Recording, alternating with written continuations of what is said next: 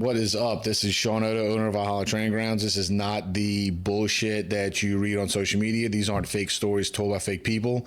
These are the Chronicles of Life, and this is the Valhalla Chronicles. Today, on this episode, we have a very special and a very beautiful guest. Oh, thank you, babe. Owner of T-Mac Prep, Taylor McDowell, is with us today, who also just happens to be our girlfriend. And I felt like it was good to bring her on because today's episode is about navigating relationships. And I figured you guys didn't want to listen to me and Sal's dumbasses just talk about guys' point of view for relationships. So I brought Taylor on to talk about some of the stuff that we deal with and go through and, you know, how we navigate our relationship, but also so you guys could have a woman's perspective on the subject matter. So thank you for being here with us. Oh, you're welcome. Hopefully this episode Love to be here. Hopefully this episode isn't too fucking ridiculous. No, I don't think it will be.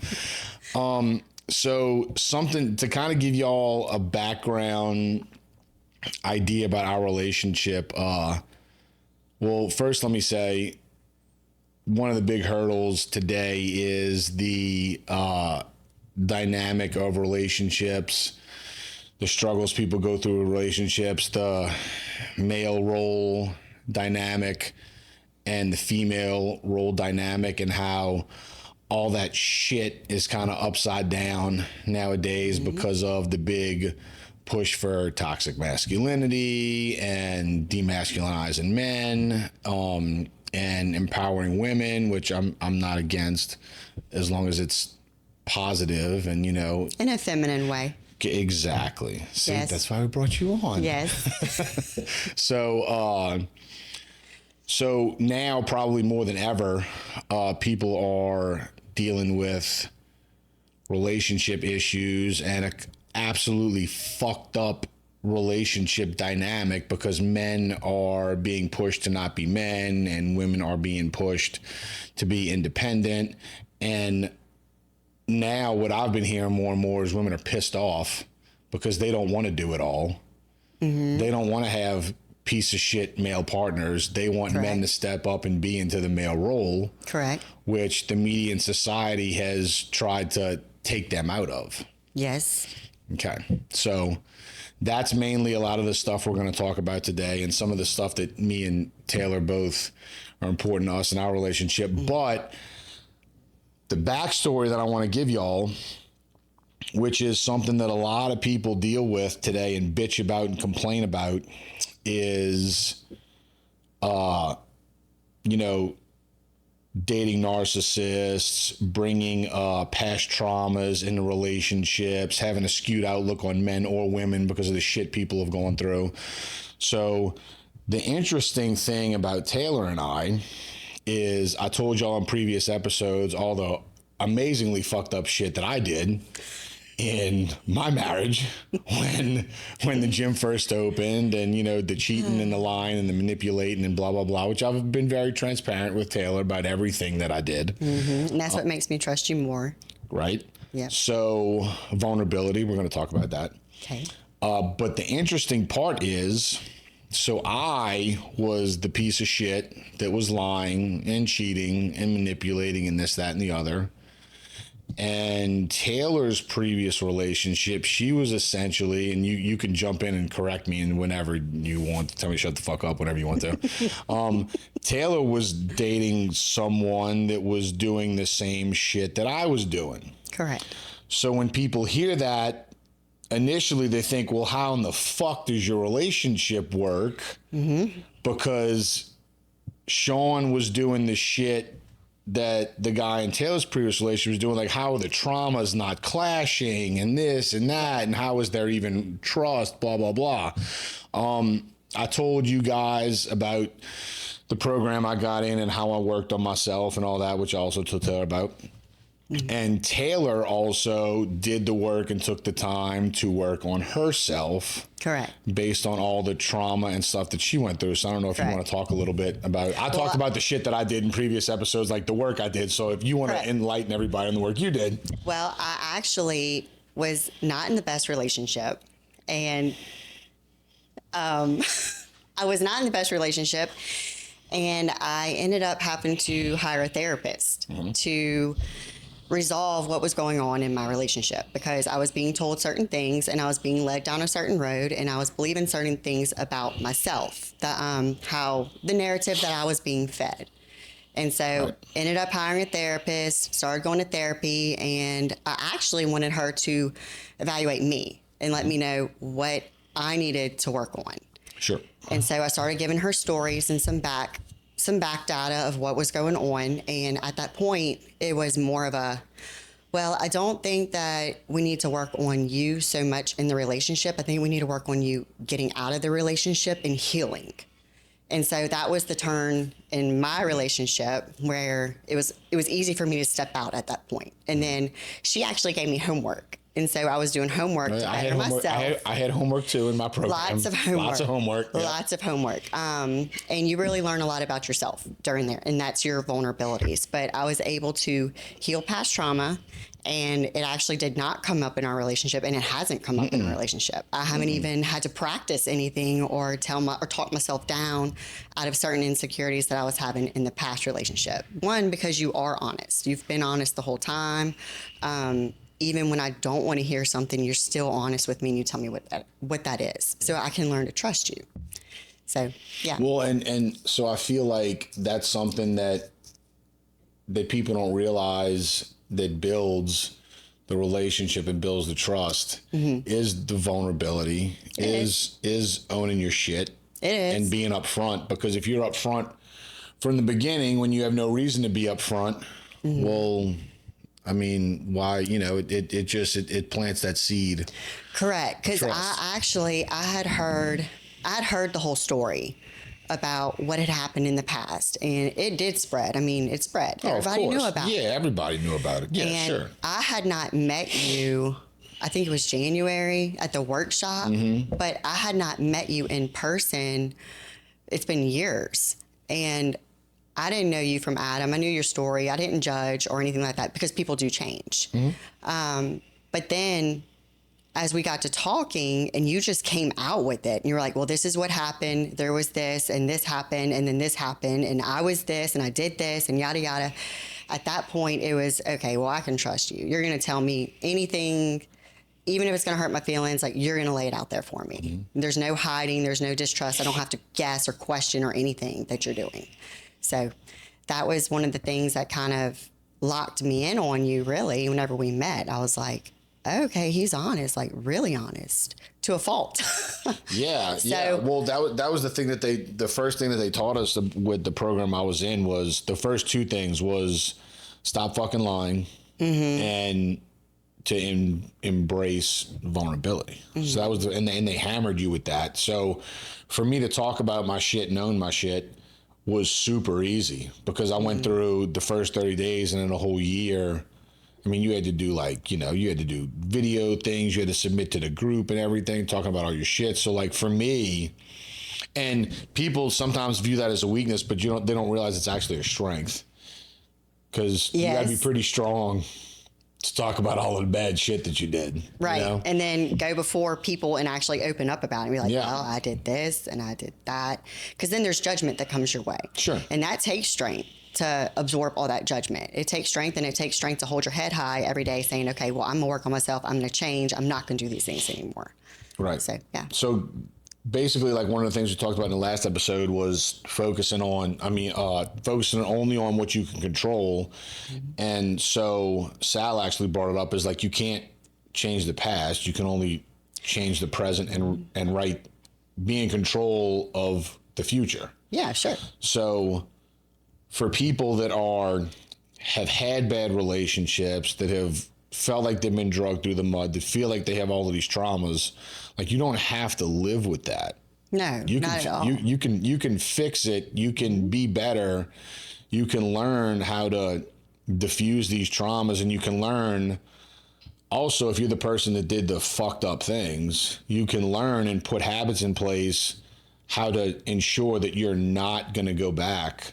Oh, yeah, your own boundaries. Yeah, to the shit that you did. And that was one thing I did. Like, I literally have zero concern about going back to that place, getting back in that pit, doing those things I did because of, one, how I could acknowledge about how miserable I was because I was actually doing things I didn't believe in. Right. So it was literally sucking the happiness out of me, but also just how to live by not just what's right and wrong, but to live by a code, to live by something bigger and higher, and to want to, for me to personally want to be the best man I can possibly be.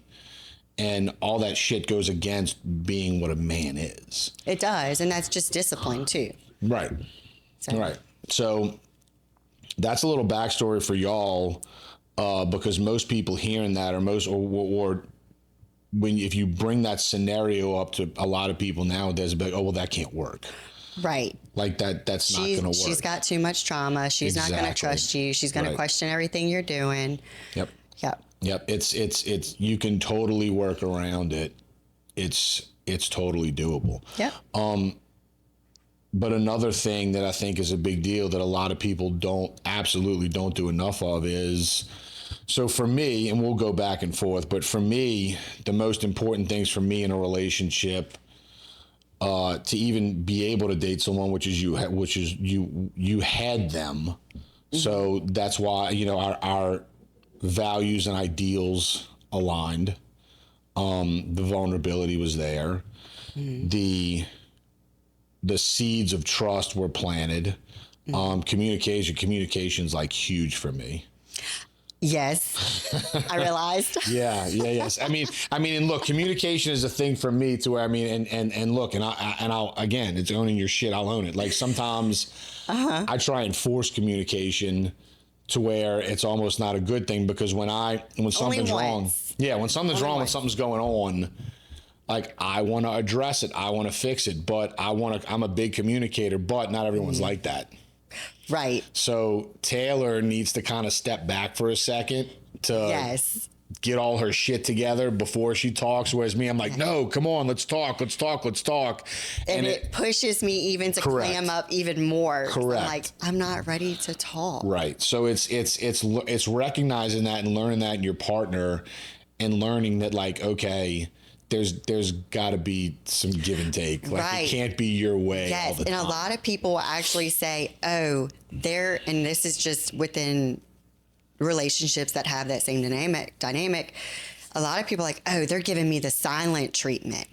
And it's okay. Well, it's not really necessarily silent treatment as much as their emotion is so high that they're trying to bring it back down to where they can process what's going on. Correct. And that's one of the things I had to learn with you. Yes. But once I learned once I learned it, I was good. Yeah. I learned it, I was good. But, also something that was big for me was I realized that I cannot date someone who is not continually trying to better themselves or grow as a person because I'm always trying to do that. So and not just to talk about you and I, but just to talk in general terms, like if you're a person that is constantly trying to be better, it's not going to work with someone that's not striving for that same thing because you're going to be doing this and they're going to be here. And eventually you're going to outgrow that person. Correct. And I think that has a lot to do with just the momentum of the relationship. And then also I think if someone's trying to grow and they're pulling somebody along with them, some type of resentment on both sides happen because this person's an overachiever and they're like, why aren't you doing this? Why aren't you helping? Why aren't you taking tasks like this? And this person's perfectly content where they are. And they're like, why are you hassling me all the time? Stop hassling me. We're doing fine. So it does. I think that there has to be some type of common ground with your momentum in life, where you want to be in life for it to work. Well, and I think that comes, my personal opinion is, I feel like people so it kind of ties into vulnerability. It kind of ties into communication. Like when you and I first started talking and then when we actually first started dating, I put it out there what I wanted. Mm-hmm. Like what my expectations were and like this is what I need. I don't feel like everyone does that. So like you kind of you maybe put out there a little bit, but not everything. Mm-hmm. And then 6 months down the road, 3 months, however long, it's like, well, wait, well, we don't want the same shit. Like, we don't agree on this. Right. I think it needs to be put out there immediately. Yeah, absolutely. Immediately.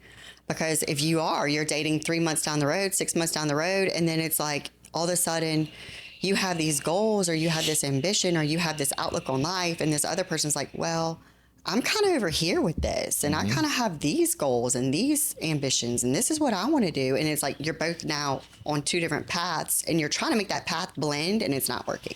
Well, and so that's going to blend into something else, which is very important in relationships. I learned because I had none before, is boundaries. So if a boundary for you or a non-negotiable for you is like, this is what I want out of a relationship, and this is where I want it to go, and this other person's not there, well, you shouldn't and you can't forego your boundaries. You can't overstep your boundaries, and you can't give in on your non-negotiables. Because that just breeds resentment, and that's going to be a fucking train wreck down the road. So for both parties. Right, exactly. So again, people don't get the non-negotiables and the boundaries out in the beginning. And then here you are, time passes, now boundaries are getting crossed that the other person might not have known were there. Yeah. Non-negotiables are coming up that the other person might not have known are there. And now all of a sudden the relationship can't fucking work. Right. Or someone bypasses and they're like, oh, well, maybe I can bend on this non-negotiable. Maybe I can do this. I'm going to try to do this. Well, and no, then, it's called a non-negotiable for a reason, because it's not bendable. It's not bendable. Yeah. And then 6 months down the road, and they're like, I really can't bend on this. Right. This is a really big deal. Like, I cannot bend on this. And then there's so much just resentment in the relationship because it's not being fulfilled. Correct. So, yeah. Correct. No, the non-negotiables are another thing, and the boundaries are another thing that I think people just don't emphasize the importance of enough. No, and I think they're too quick to jump into a relationship instead of being like, this ain't going to work. Still friends, still good. Not going to work. Yeah. And just keep moving. Well, boundary, like this is a boundary. So like you clearly you've demonstrated that I have these boundaries for something I want in a serious relationship. We're not in a serious relationship. Clearly you can't adhere these boundaries. So there's no point in even pursuing anything because it's not going to work. And there's nothing wrong with the other person. It's just not going to work. Well, and just saving because you both time and trouble and heartache and finances and everything else. Well, right. Exactly. So if you don't match up with someone's wants and needs, and boundaries don't align, non-negotiables don't align, it doesn't make you a bad person. You're just not compatible. That literally has zero to do with you're a shitty person, you're no good. And one thing that I've noticed is people when they split up for no other reason than, hey, it just didn't work. That can't be good enough. It can't be. Someone has to be pissed off at someone else. Someone has to be mad at someone else. It can't just be like, you know what? Like, you didn't do me wrong. I didn't do you wrong. Our relationship just kind of ran its course, and it hit a ceiling. I want more than the ceiling. You want more than the ceiling. Correct. It's together. It's not going to go there. So it's not going to work. And that's okay. It is absolutely okay. That's totally okay. No one has to get like pissed off at the other person. No, and I think it's because emotions get involved. So it's like they start missing the person, they start thinking about them, and then they hit that angry stage and they don't talk themselves out of it. Like, okay, yes, I'm angry, it didn't work. Yes, I'm hurt, it didn't work.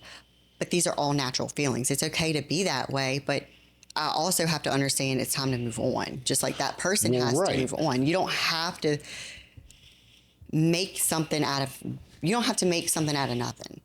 You don't have to be angry at that person and find a reason to be mad at that person. Right. Well, I think part of it for some people, it stems from sense of self-worth and self-value, because you are enough and you are valuable to where you shouldn't be with someone that you're going to hit a ceiling with in a relationship. You shouldn't be with someone that doesn't align with your shit. Correct. Like, so you shouldn't have to compromise. No. Like on the big shit. No. You know? Not on the big shit. And I think a lot of people today don't have, because they don't work on themselves, they might not necessarily have that sense of self-value, self-worth, to where it's like, you know what, okay, like this did run its course, and I do deserve more, and I do deserve to have what I want. So like, it's time to step away from this.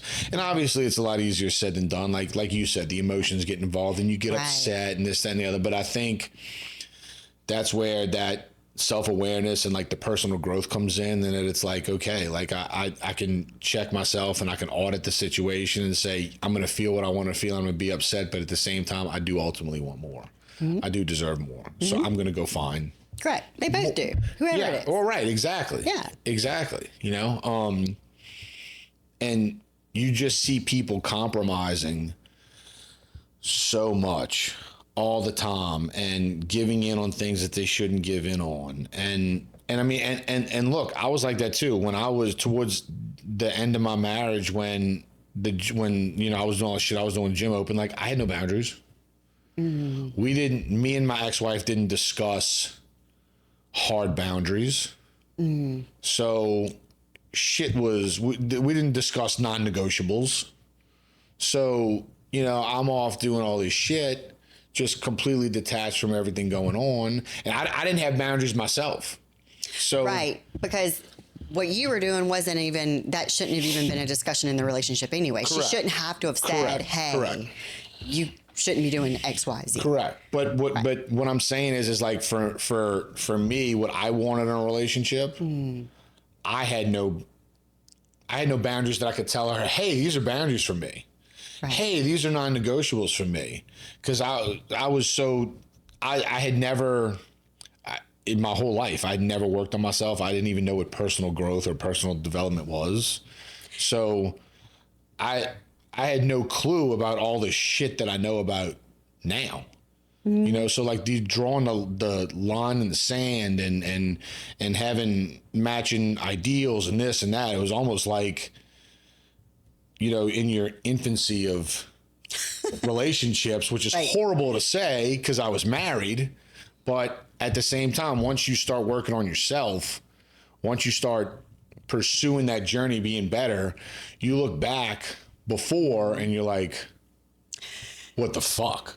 Right. Well, I think that comes with so many heartbreaks or so many disappointments where you go, okay, I need to put some boundaries in place on myself, how I act so I don't hurt other people, and on what I'm willing to accept so that I don't get hurt. Sure. So, Sure. yeah. So what are some of the things that are important to you that are you know, the things that you need to have in a relationship? Because I've been talking about all my shit. We need a woman's perspective.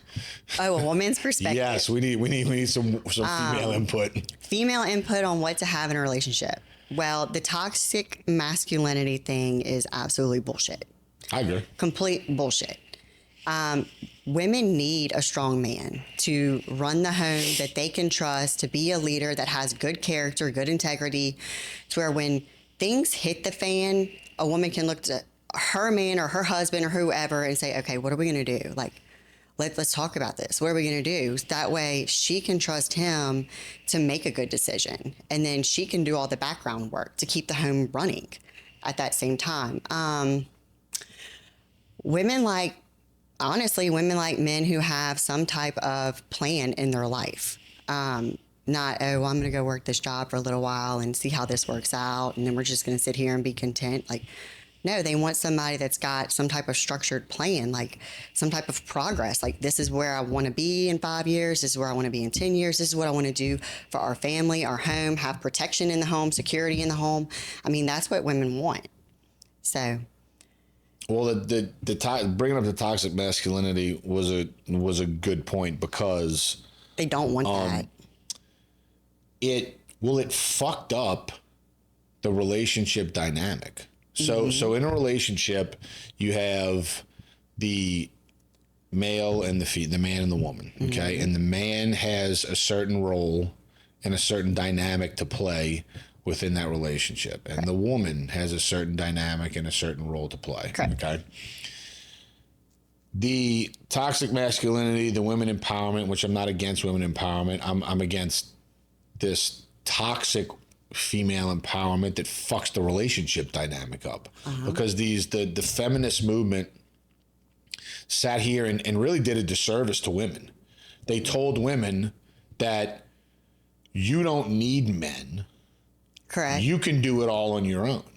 Been there, done that. I'm tired of doing that. Yeah, you don't need to stay home and take care of the family. Like you can go work and you can go make money like a man and you can take care of yourself.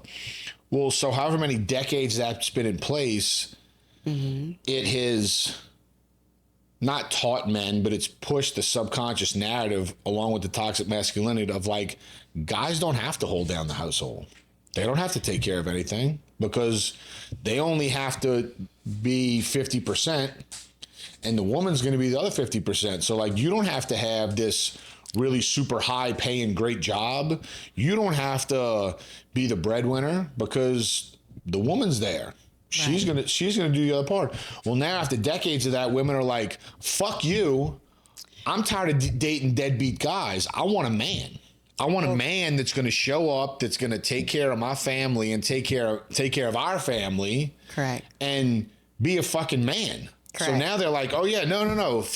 We're tired of the fucking feminist bullshit. Like I want to be in the female role, which is not the female role and the female dynamic in a relationship. It's not subservient to a man.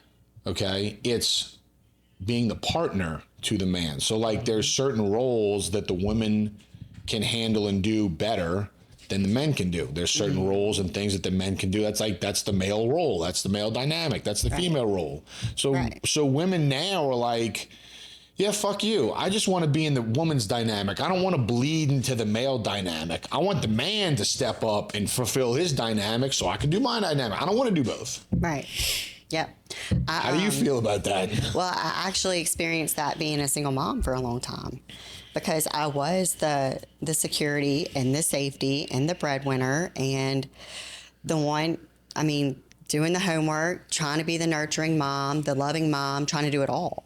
And when you are at a fight or flight mode as a mom and you're in that masculine role, your emotions are so high and you're so tightly wound that sometimes you miss out on being the nurturing mom.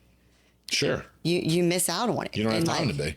Well, right. So like I was working so much and then I would come home and we'd have homework, bath, dinner, get her in bed.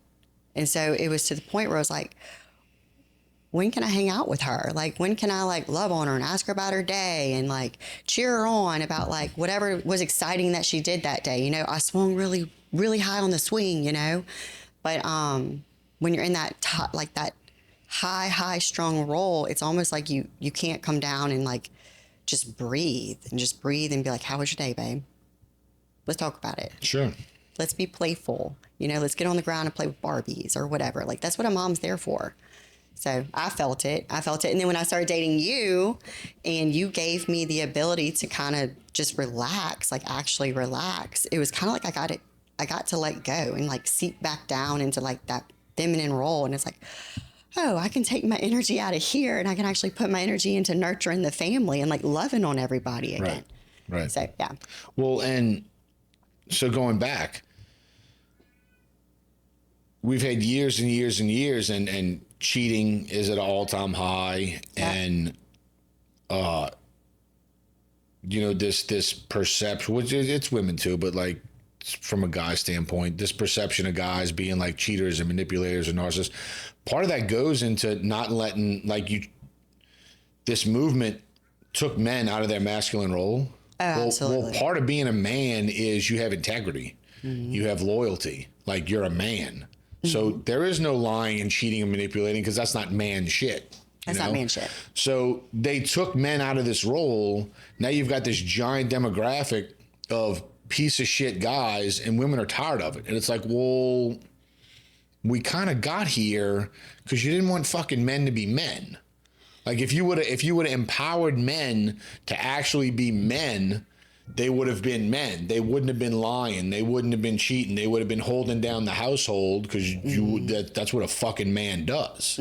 So you tried to take that masculinity and that male role out of them to where they're like, oh yeah, we can just skate around and do whatever the fuck we want to do. And it doesn't matter if we go to work today. And if we want to go fuck this person, like, I mean, yeah, whatever. Like, that's fine, because subconsciously we're trying to not make men men. And now we've had decades of it. Yep. And everyone's like, yeah, I'm tired of it. Well, it's so easy for a woman to leave. It's so easy. Well, right. They make their own money. Exactly. So it's just easy for them to be like, okay, well, you want to act that way. All right, well, I'm going to roll out. Right. But then you have the social media world and these apps like Tinder and Bumble, and I'm so far removed. That's the only two that I know. Yeah. I think Hinge is another one. Okay, well, that one I haven't heard of yet. Well, and I've only Snapchat too. Right, and I've only heard of this shit because I hear people like around the gym talking about it. Well, you have all these apps now. Yeah. And it's so easy. It's like these hookup apps. Mm-hmm. So it's so easy to just go get something surface level and not build anything anymore. So the family and the home is completely broken down because now you've got the single moms that have all this resentment towards guys because things are just so easy for them that they just run the house. Well, yeah, it's the dynamic. The traditional relationship, male-female dynamic is absolutely destroyed. Mm-hmm. So for people seeking this relationship that they want, or you feel like your relationship is upside down, that's probably the first thing you need. One of the first things you need to check is like, is this the dynamic that it should be? Like, oh, when you told me you didn't have a Snapchat, I was like, all right. Oh, brownie no. point. No, we don't got Snapchat. No, I don't have Snapchat. I don't have Twitter. Like, I hate social media. If I didn't have a business, I wouldn't even have social media. But yeah, I got Facebook and Instagram, and that's it. Yeah. And then whatever bullshit I have to create to do the podcast, but that's it. Yeah.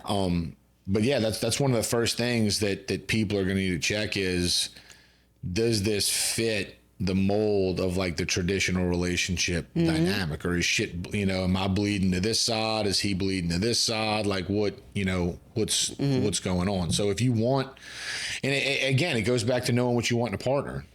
If you have non-negotiables and what you want in a partner, first you should have non-negotiables and boundaries and what you want in a partner. And then you need to have non-negotiables and boundaries and what you want in a relationship. Yeah. So you can't even worry about the shit in the relationship until you find the partner. Correct. And if the guy or girl doesn't check the fucking boxes, roll. That's it. I mean, seriously. Roll. I mean, that is what it is. I mean, one of the things about me is like, I want to move. Mm-hmm. So I made that known. Yep. Very upfront, because not that I knew where the relationship was going to go, but I was like, hey, just so you know, like my plan for my life is I want to move out of state down the road. So like, if you're not okay with that, in the event that this goes somewhere, you need to let me know. Right. Cause I'm rolling at some point. Like, right. if you're not down, I'm still rolling, The train goes, right? Well, yeah. And it's not that I didn't value you.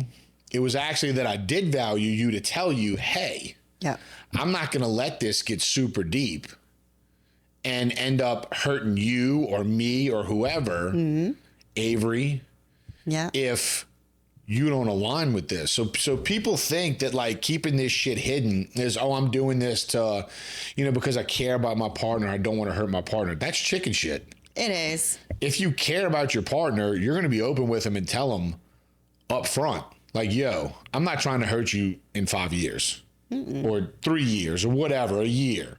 So this is where I'm going. I value you as a person. I care about you as a person, that I want to let you know up front. So if that's not... And then it's up to that person to decide. Like, and you did it to me. You remember when you did it to me? I absolutely did. You did. You totally did it to me. I had a boundary and something came up in conversation. I got off the phone with you the next day. I told you, hey, look, like, that's a boundary for me. Like, this is what I'm considering right now. And you were like, wait, what? Yeah. Well, like, and I had to think about it. I already had deep feelings at that point. And it was like, but this is a boundary. Yeah. like feelings or not, this is not going to work. Yeah. And all you needed to know is you were like, look, I need to know that this is a possibility if we get to this point. Right. If it's not, like, look, I can't, I mean, you told me, you were like, I care about you, but like, if this can't go here, if this doesn't have if you don't have the openness in your mind to go here, right, like, you need to let me know, because I need to let you go. Right. And I was very honest with you about it. and I didn't get pissed off about it. No, and I was emotional because I was hurt because it was.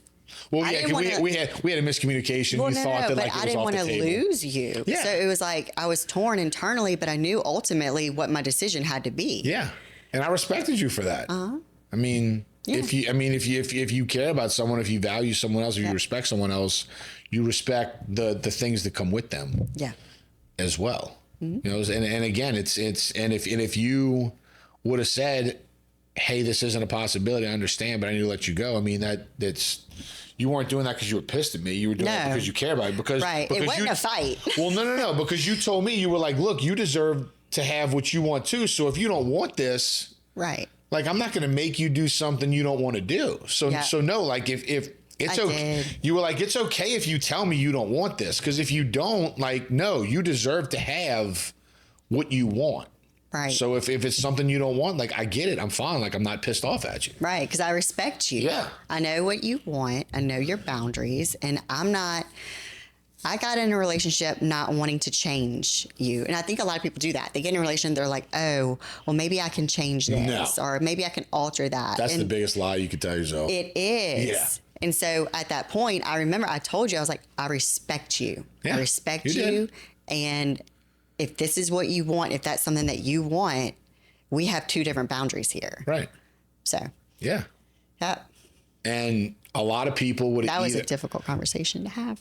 It was. We got through it. We did. I mean, a lot of people, either that would have been a fight because they would have gotten pissed off that somebody wanted something that the other person didn't want, or it would have been somebody forgoing a boundary. Yeah. And that's not what it should be. No. Like, you have to have enough value and enough self-respect for yourself to say, I deserve this, and I'm not wiggling.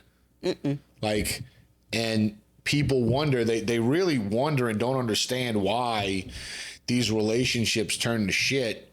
But I bet if you go back and look, you can count all these things you compromised on. Correct. And that's how you get where you're fucked up, because you shouldn't have to compromise. No, and honestly, I think, and this is just, you can tell me to shut up, I might be wrong, but honestly, I think that's where, like, this seeking other validation from other places comes from, is their spirit is broken, because it's, I wanted this boundary so bad and I'm not getting it. And it's like, you start seeking out this other validation. And I think that's where things really get kind of messy in a relationship. Well, and it's really kind of a mind fuck when you think about it, because with all these apps you were talking about and social media and other people being literally like a finger click away, you would think that people would adhere more to their boundaries and their non-negotiables, because there's so many options. Like, there's so many options out there. You would think would people be like, well, look, if this guy doesn't fit the mold, well, there's fucking 50 other in my DM. So, like, I'll just go find another one. But none of them fit the mold because they're in your DM. Well, that's a whole other thing. Correct. Very correct. But instead, they stay in these relationships with these people that don't fit the mold.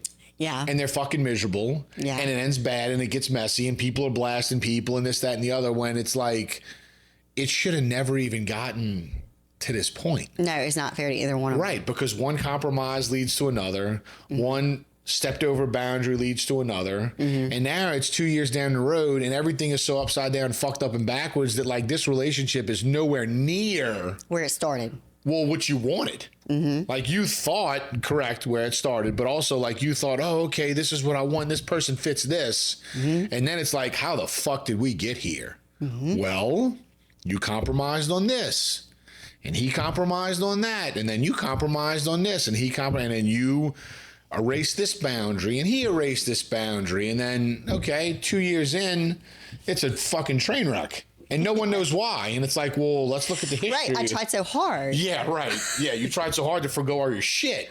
Yeah, and then it's their fault. Yeah. Yeah.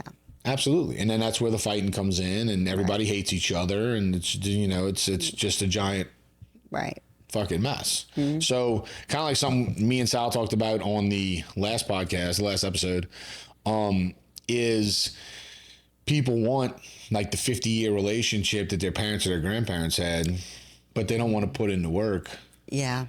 To get to that point. And like work isn't just, when shit gets hard, we work through it. Putting in the work is also like, this is what I want. Huh? This is the direction I want this to go in. I'm not wavering.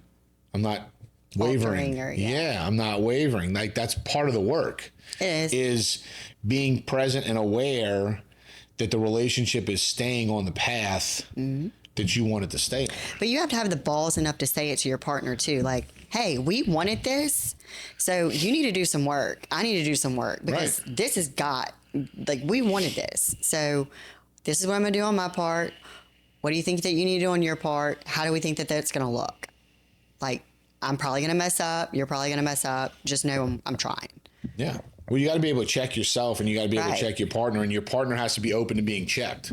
Yeah. Like if you come to me and say, yo, look, like, you're slacking on this or slacking on this, like you don't have that drive you normally had, like, I'm open to your input. Uh-huh. So when you check me, I'm like, okay, I got to get my shit together. And I feel like it'd be the same for you. Yeah. And a lot of people either don't do that or they get pissed off when when your partner's trying to check you, but it's coming from a place of like, look, I want you to keep being better. Right. I want the relationship to keep getting better. So I'm not being a dick. I'm just like, we got to audit what's going on. Well, you did that the other day, and I don't even know if you realized that you did it, but you made a statement about, it was really about family time on the weekends, because with the TMAC prep, I was sitting on my laptop from 7 a.m. till 8 p.m. not moving. Like, I literally sat at the counter, did not move, and worked on my laptop with check-ins, with meal plans, with whatever. And you had made a comment about family time a few weeks ago, and it triggered me, and I was like, I've got to streamline this. Like, it's good to be ambitious. It's good to have another business. It's good to be working towards something, but my family comes first. And you checked me, and I was like, that's it. I'll stay up a couple extra nights. I'll get this stuff streamlined. It's going to be put in a format that makes check-ins go faster, and I am not going to be on this computer all weekend long missing out on my family time. Well, aside from family time too, but I see how much work you put in, and I see the process you have, and I was like, yo, you got to make this better. Like, you're wasting too much time. Like, you need to constantly find a way to make it 0.5% better. Like, continually, because you can always streamline something, you can always make something better. Right. So I was like, you need to not be comfortable just doing it how you're doing. Right. You need to find one little piece that you can make better, and the next week you need to find a little piece that you can make better. Yeah. So it was really two of those things. It was one, checking you, saying like, yo, right. I think it's because I think we had Avery that weekend. Yeah. And I was like, yo, I was like, we're doing all this shit and you're on the computer, but it was also like, I support you in what you're doing, and I want you to be great at what you're doing, but I also want you to be efficient. Right. So if you can be great and awesome and efficient, like, that's what you need to be. Right. So when I see there's an opportunity to make it better, I'm like, yo, let's make this better. Yeah, exactly. Yo, get out the matrix. Well, correct. I say that a lot. I say that a hell of a lot. But that was one of the things that deepened our relationship from my perspective, was because you were always pushing me to be better. So I, in return, was going to give that back to you. I appreciate it. So that's the thing, is a relationship has to be give and take. So like, there can't just be one person pushing the other person. Right. And the other person just taking that push. Right. Like, you gotta return it. You gotta reciprocate. It's like pistons in a car, right? Exactly. See? And we like big engines. I'm learning my car stuff. Yeah, you are. You are. We like big, strong fucking engines. Yeah. Yeah. So, but that also breeds resentment when you don't reciprocate to your partner.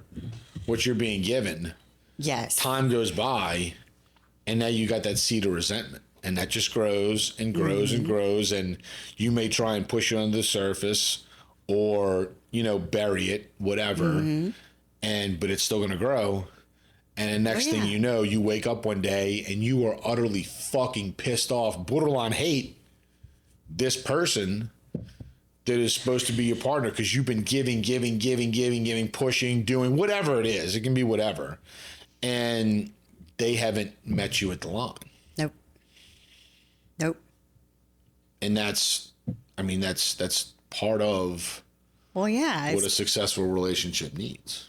It's like a donkey carrying soil up a hill. Like they can only carry so much for so long until they get sore, they get tired, and they're like, okay, I'm done. Well, I'm done. And so a lot of this shit seems like common sense to you and I because of our relationship and the work we've done. But I think it's lost on a lot of people because, like we talked about previously, this relationship dynamic is so fucked up that people don't even, not everyone, but a lot of people don't even realize what a functioning, healthy relationship should be. Because they've either been in so many bad relationships or so many non-functional relationships that they go into every relationship doing the same shit every time because in their mind, oh, well, this is just what a relationship is. Well, correct. And that's what I dealt with in my past relationship. It was, I would put forth so much work and so much effort, and it's every step that I took forward, it's like they took a step back. So I was constantly taking these steps forward, and you have these lines in the sand. So it's like, okay, well, I'm gonna step over that line. All right, let's see where this takes me. Well, that didn't work. Okay, well, I guess I gotta work harder. All right, well, we're gonna step over this line. All right, well, that didn't work. We gotta work harder, to the point where I was like, okay, my cup is empty. It is completely empty. Yeah. So, well, for me, conversely, being on the other side of the coin, is I had disconnected so much from myself and my values, and I had literally made a habit of lying and cheating and being dishonest. That like that was at that time that was my norm. Like it was a habit. It wasn't even a cognitive thought to be like, oh yeah, like. I wanna do this. I wanna cheat. I wanna lie. it was like, part of the. It was a habit. I literally I made a habit of it. I was living in this dark ass pit, and that was not even knowing that, not even realizing, because I was so disconnected. Like, dude, you don't want any of this. You don't want to do any of this. Like, you don't believe in any of this. You're really, and that's what happens. One day when I stopped all the shit I was doing, I literally woke up one day and I was like, I'm fucking miserable. Like, none of this shit that I'm doing is making me happy. It's actually doing the opposite. And unfortunately, it was too late at that point. Like, my ex-wife had found out everything, and it was too much, too little, too late. But that's what happened, is I woke up one day and I'm like, dude, I gotta stop this shit. Like, I'm not happy. Not happy. It's not making me happy. Like, I gotta get back to me. Yeah. But like I said, well, too late. Well, same with me though. I mean, I got to the point where I was tired of being used and heartbroken and everything else. It was like, I have got to stop and like put some boundaries in place, because at that point it was almost like I didn't have a boundary on myself about how much was I willing to work. I was just going to work. It didn't matter. There was, you know what? It's not working, so I'm going to continue to work. I'm going to work until it works. And then it's when I went to therapy, and my therapist was like, no, you've got to have some boundaries on what you're willing to accept and what you're willing to do in a relationship. And then I got a whole lot happier when I was able to stick to those boundaries. Correct. I'm like, well, it's empowering. Well, when you can say no, I'm not going to do that. Right. Or no, I'm not going to accept that. You want to act that way? I'm going to walk away. Well, because you value yourself, you respect yourself, and you respect your boundaries, and I deserve more than this. Right. So when you say no, when you stick to that shit, it's empowering. It feels good. Right. It feels good. And then you're like, yeah. It's real good. Yeah, I do deserve more. Right. Like, yeah. And people don't realize that, even with me. Like, so when my ex-wife first left, when the divorce process first started, I had lots of women messaging me being like, yo, like, let's be fuck buddies. Let's do this. Let's do that, blah, blah, blah. And I was like, look, I don't know what you heard about me. And I know I used to do a lot of shit, a lot of fucked up shit, but like, that's really not who I am. And like, I'm not doing that shit anymore. And even then, even dealing with the law, you know, the hurt and all the shit with my ex-wife leaving, even then it still felt good To say no. And that's so crazy that women are like that. Oh yeah, that's women and men. Women and men are the same. About like people like to think that men do it more than women, dude. No, they don't. Men and women are like they're 50-50 when it comes to that shit, dude. They're 50-50. So, but that was my first experience with sticking by what you believe in, and I remember texting a couple people telling them that and I remember after being like, fuck, like that feels good. Like I feel good.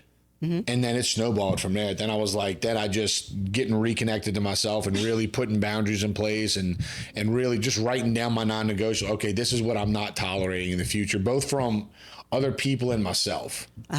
Like just writing it down felt good. So people really don't understand the power of just that simple shit.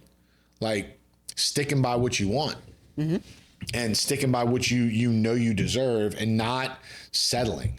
No. Not settling for less. No, because that's what I was doing, was settling for less. Yeah. And it was exhausting. It was very exhausting. Sure.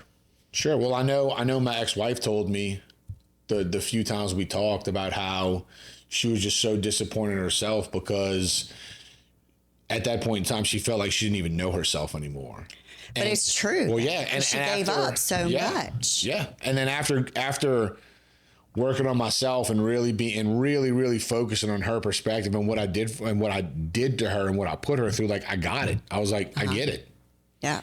I was like, yeah, I get it. It makes total sense. Yeah, because she was washing away her own boundaries and her own line in the sand and everything, trying to make things work. Right.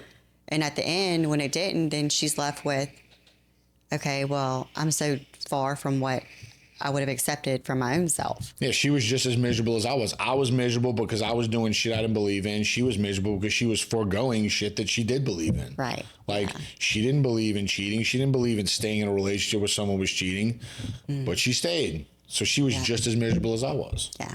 And that's something else I think people don't realize is as empowering as it is to stand by your boundaries, it is equally disempowering to forgo them. It is.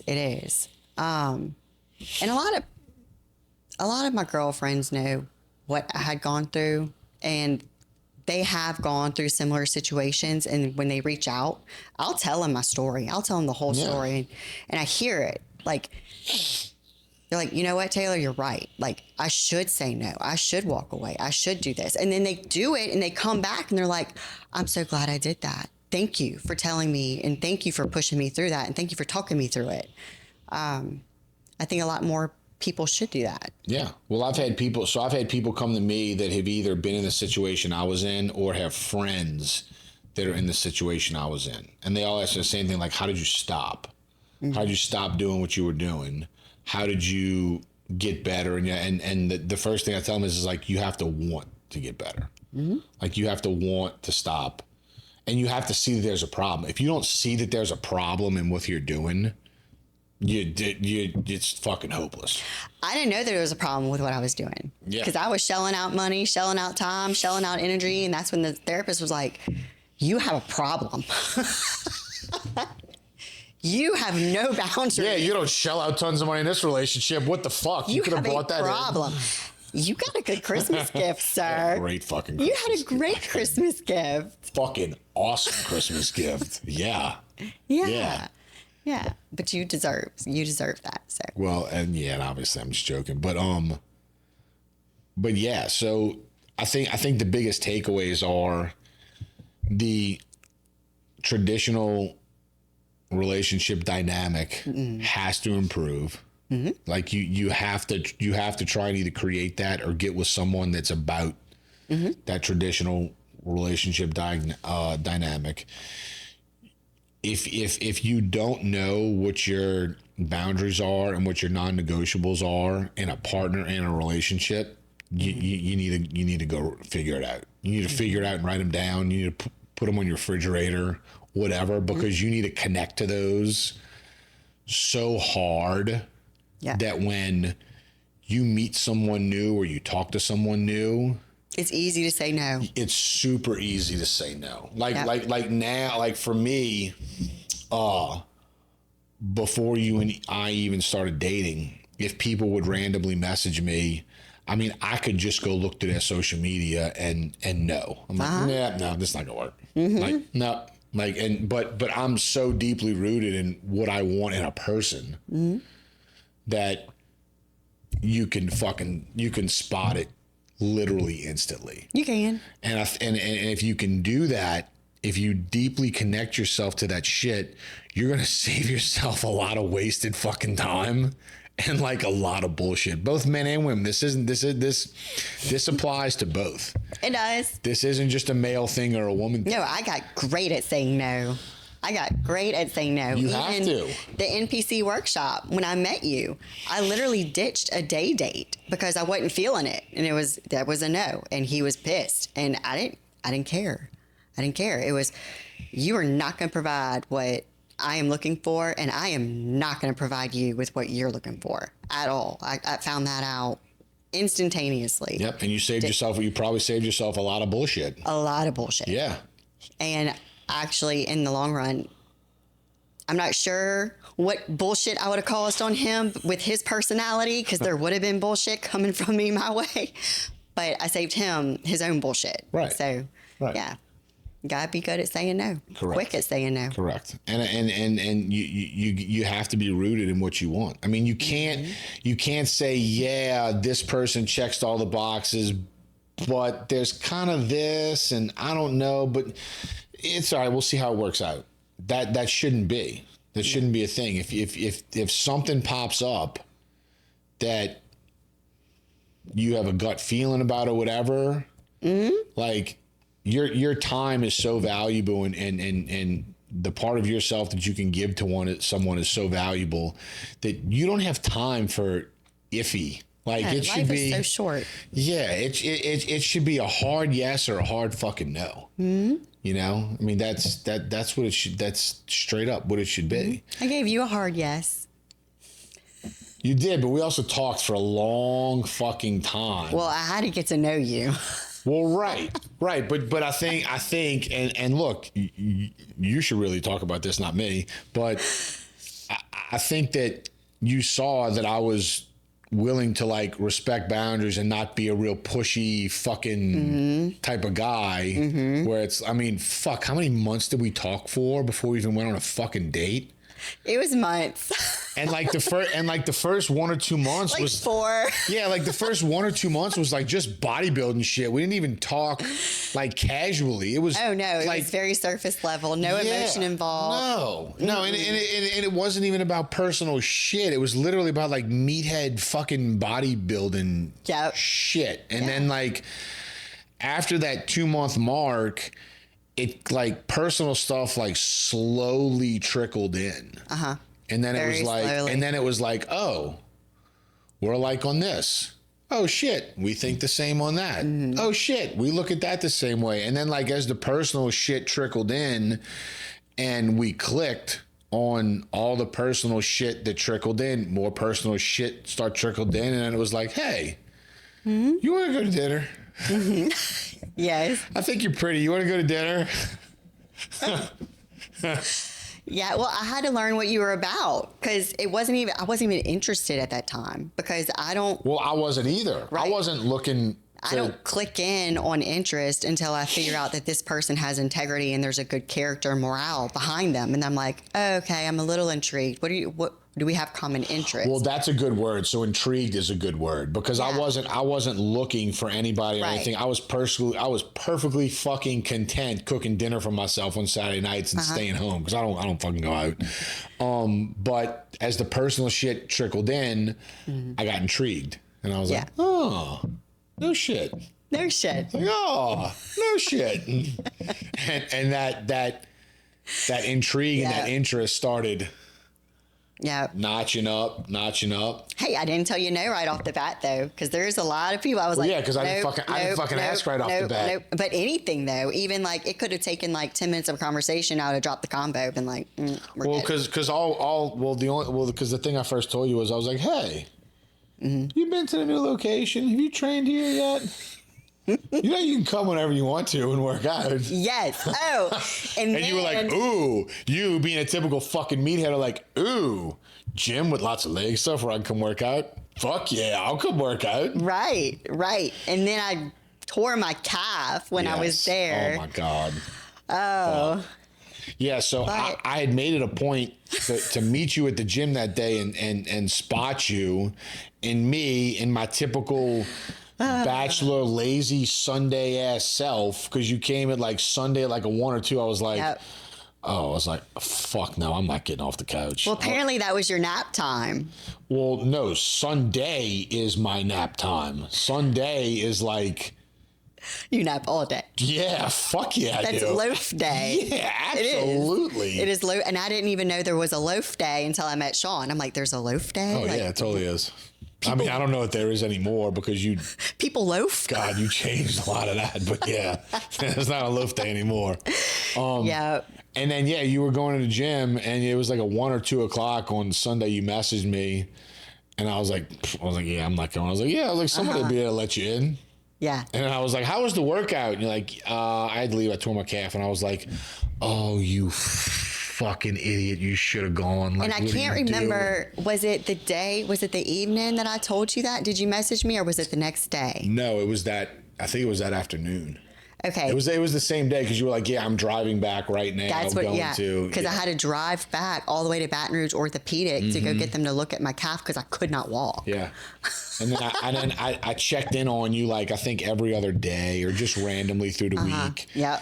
And then you wanted to come back, and I was like, okay, well, when you come back, I'm going to spot you, so that like there'll be no more tearing of the muscles. Right. And you told on yourself, and you didn't realize that you had told on yourself. So, well, okay, I'll explain. Yeah. Because this didn't... Fill me in on this. Well, I wasn't filled in on this until we had actually like started dating. And then I saw your daily routine. But you nap at like middle of the day, around 1 o'clock. You're definitely snoozing around 1. Usually when I come home for lunch. Right. Like I eat my meal and I take a nap. Well, I would get to the gym and I would always run late. I wouldn't show up until like noon. Correct. And you're leaving at that time. Correct. You're typically leaving. Well, it was a Saturday. It was a Saturday. You would stay. Yes. You would stay and train me. And like, I didn't figure it out until later. I was like, because you came on Saturdays. I was like, this guy is foregoing his nap time to wait. Time the fuck out. Hold on. This story needs a little bit of clarification. So you came on a Saturday. So Saturday, I go to the gym for 10. I would normally stay until like 12, 12:30. And then Saturday used to be my grocery shopping day. Okay. So I would leave from the gym. I'd go grocery shop. I'd come home, unload all of the groceries and shit, unpack. I'd probably do some laundry, and then I'd lay down and take a nap. Well, those Saturdays you were coming because you love to be on time. I've learned. I've worked on it. It's better. But yeah, you would totally show up at like any time between 1 and 2 o'clock. Yeah. So like the day totally got pushed back. It did. Because I would stay and train you, and then when we were done, I'd go to the grocery and come home and then take my nap. Oh, but there was one day in particular where you would text me. Of course, I was running late. Of course, I was. Yeah, guaranteed. Guaranteed. I own it. And you were like, yo, I'm probably going to be leaving here in the next 30 minutes. I think that was the first one. I think that was the first one. I think that was the first time you came. Because you're like, I'm going to be leaving here in the next 30 minutes. Yeah, because it was like, I remember, because it was 1:30 and I was like, yo, because I was just chilling in my office. I'm like, you know, in case anybody would come in or call or whatever. So I'm literally just chilling in my office, and I was like, all right, dude, it's Saturday. It's 1:30. Like I'm rolling the fuck out. So Yeah. I said, and that's when I text you. Yeah. So you were like, I'm leaving in like 30 minutes. I need to leave in 30 minutes. It's like, okay, I'm so sorry that I didn't see you today. I said, I'm on my way. I'm sorry if I missed you, yada, yada. I'm still going to train, blah, blah, blah. Well, I got there and you were there. Well, like I stayed because I thought you were pretty. 2 hours into my workout, I'm looking at my watch. I'm like, I thought he was leaving in 30 minutes, but you stayed through I the did. whole. You told on yourself that day. I did. Because I think it was like, I gotta leave, I gotta be somewhere, I gotta go or whatever. And then it was like, I got there, which was that 30-minute mark, but then you had stayed and trained the whole time. I was like, he just so told on himself. Whatever. So told on himself. Unimportant. I appreciated it. Yeah. It was like okay, he's about what he's about. Yeah. Yeah. There wasn't, that's the thing with you, there was no like smooth talking, charming, like No, any of that. I've never like, been like that. You were action based. Like Yeah. I knew like you showed me. There was no like, oh, I'm going to do this and I'm going to do that. Like you didn't even say that. That didn't even come out of your mouth. It was just action, like boom. Well, boom, so my boom, thing boom. was I've never ever really been the one, with the exception of you. We'll go over that. I've never been the one to like approach a woman because I feel like guys try and say the little douchebag like slick shit all the time. So whenever I would think about approaching a woman, I'm like, dude, she's looking at me like, what is this douchebag gonna come and tell me? Like, what fucking line is this? So I would like never approach women. But when you were at the workshop that day, it was the second time I saw you in person, even though I didn't remember the first time. You did not. Well, He did not. It was during that fucked up period in my life, which literally supports what I said, that I was so fucking disconnected from reality that I didn't know what I was doing, because I met you at the old location. Totally did not fucking remember. You were like, really? Because you gave me a tank top. I'm like, oh my God. I'm like, I was really that fucked up. That, A like, free tank top. Yeah. I was like, I was that fucked up. I didn't remember meeting you. Like, holy shit. Yep. But anyway. I was coaching underneath Blake Cornett at that time. Yeah. So Yep. so when I saw you at the gym, I was like, oh my God. I was like, this girl is so attractive. If I do not go tell her something, I was like, I'm going to beat the shit out of myself later. So I'm like sitting there thinking of something to say. And I was like, hey, what's up? I was like, have you been to the new location yet? And I'm like, oh, you fucking idiot. Like, when really, when everybody cleared out, I really just wanted to scream across the gym, I think you're pretty.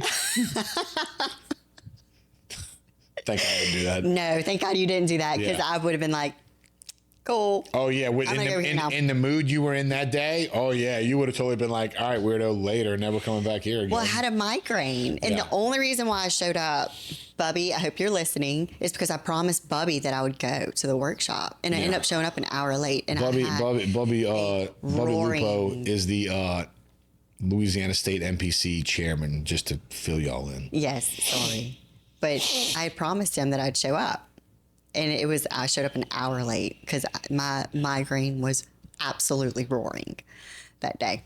You know what's fucked up is because he's going to hear this and be like, you see? I set y'all up. So I'm responsible for setting y'all up. And I really don't want to have to tell that motherfucker that he is. God. I think I just did. Fuck. God. I think I just Great. did. But he prayed over us at one point, didn't he? Well, he just always told me he was my biggest cheerleader. He's like, hey, dude, I'm rooting for you. Mm-hmm. So, yeah.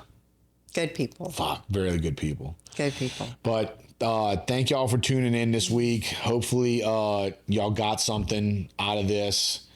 Hopefully it can help y'all in some kind of way. Y'all can reach out and contact me about any questions y'all have regarding episodes or whatever. Thank you to my special guest for coming on and being on this episode. Thank you for having me. So yeah, we'll have to have you back again. Oh, I passed. And it was so nice to look at you instead of Sal this week. I'm sure Sal's gonna have shit to say about that, but I don't care. He will. He will. I It's don't okay. care. Whatever. Sal looks good. Fuck Sal. I'm doing his diet. He looks great. All right, guys. Thanks for tuning in. We'll talk to y'all next time.